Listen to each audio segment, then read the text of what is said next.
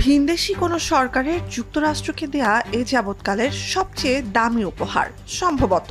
উপহার হিসেবে super luxury Boeing 747-8 jumbo jet গ্রহণের প্রস্তুতিও নিতে শুরু করেছে ট্রাম্প প্রশাসন।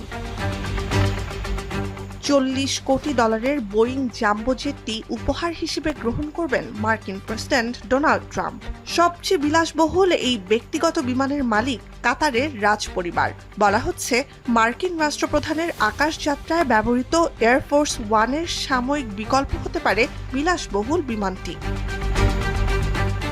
অভিজাত ইন্টেরিয়রের কারণে বিমানটি সুপরিচিত উড়ন্ত প্রাসাদ হিসেবে।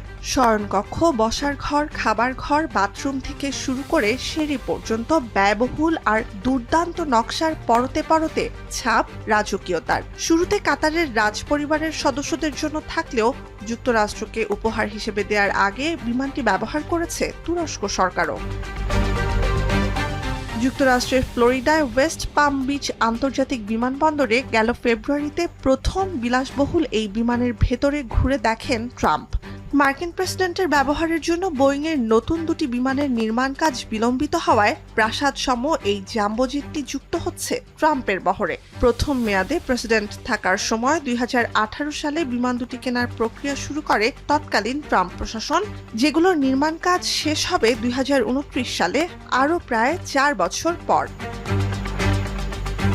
এবিসি নিউজ বলছে, রাজকীয় এই বিমান 47তম মার্কিন রাষ্ট্রপ্রধানের কাছে থাকবে তিনি ক্ষমতা থেকে বিদায় নেয়ার কিছুদিন আগ পর্যন্ত।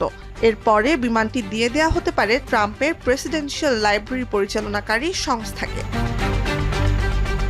মধ্যপ্রাচ্যের ধনীতম 3 দেশে সফরের সময় এই মেগা জেট কাতার উপহার হিসেবে ট্রাম্পকে হস্তান্তর করবে বলে শোনা যাচ্ছে। তবে 78 বছর বয়সী প্রেসিডেন্টের দাবি, এটি কোনো উপহার নয়, বরং বিমানটি ব্যবহারের জন্য অর্থ পরিশোধ করেছে মার্কিন সরকার। উপহারের বিষয়টিকে গুঞ্জন বলে উড়িয়ে দিয়েছে কাতার সরকারও। মার্কিন প্রেসিডেন্টকে বহনকারী এয়ারফোর্স ওয়ান হিসেবে বিলাসবহুল বোয়িং বিমানটি স্থলাভিষিক্ত হবে কি না তা নিয়ে এখন আলোচনা চলছে কাতার ও যুক্তরাষ্ট্রের প্রতিরক্ষা মন্ত্রণালয়ের মধ্যে। দুই দেশের আইনে এ বিষয়ে বিধিনিষেধও খতিয়ে দেখা হচ্ছে।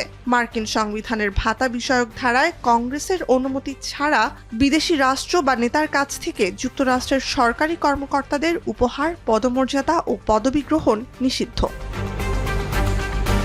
এয়ারফোর্স ওয়ানের বিকল্প হিসেবে রিপাবলিকান প্রেসিডেন্টের বিলাসবহুল বোয়িং জাম্বো জেট ব্যবহারের পরিকল্পনার সমালোচনা করছেন বিরোধীরা। বলছেন, এটা শুধু ঘুষি নয়, বৈদেশিক আধিপত্য বিস্তারেরও সুযোগ করে দেয়া হচ্ছে এর মাধ্যমে। নুজহাত কামাল, এখন বিশ্ব। কালার এক্সপার্ট, জর্জ স্যাপ এবং মাইল্ড অন হ্যান্ডস টেকনোলজি সমৃদ্ধ অরিক্স ক্রিস্টাল ওয়াশ আপনার লন্ড্রি এক্সপার্ট।